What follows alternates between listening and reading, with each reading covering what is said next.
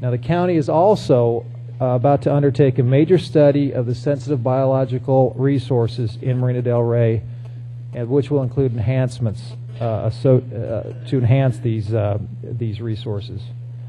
Once the periodic review process is completed, the county would complete a visioning process for the Phase 3 developments in the marina, and which would focus on redevelopment of leaseholds that are terminating in the next 15 to 20 years. This process would be initiated no later than 5 years after the date of the transmittal of the periodic review recommendations, and would result in a comprehensive update to the LCP. Now, I want to mention that it's really important to keep in mind that the Commission cannot require a local government to revise or otherwise restudy its LCP after certification. Again, as we did in Channel Islands Harbor, we are attempting here to work in partnership with the county to achieve the goal of updating the LCP, given the current fiscal and budget realities that both the LA County are facing and we are facing. Staff would like to hear any feedback the Commission may have with regard to the suggested strategy to deal with these pipeline projects. We really need to know if we are generally on the right track here, or should we be advising the county to take another approach. We also want to ensure that this amendment process is as transparent as possible, given that there's a high level of public interest in future development here in Marina del Rey. So with that, unless Peter has anything to add. Yes, Madam Chair, Commissioners, we have been having these discussions with the county to try to agree on an approach that works both for the county, for us, and for the lessees, and the members of the public who are affected by what happens at Marina del Rey.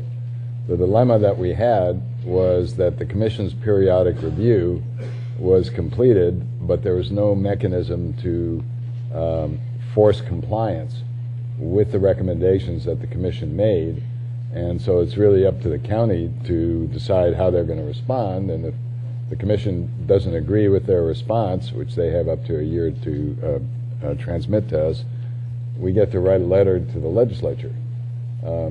And my answer to that has been in the past, whoopee. And when we've done that in the past, the letter has disappeared and we've never heard any more about it.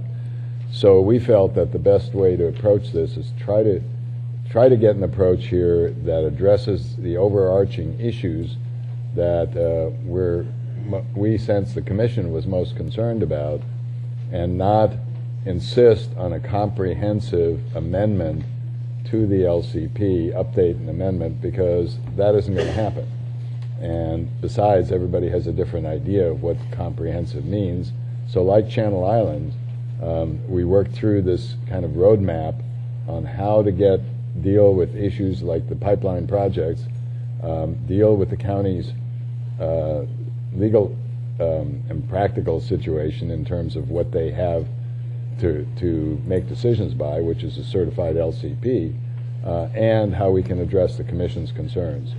So that's how we got here. We wanted to give you this, as we did with Channel Islands, and we got feedback from you, and since you gave us the feedback that you were in agreement with our approach there, that's what we're using there, and that's what we'd like to see from you today.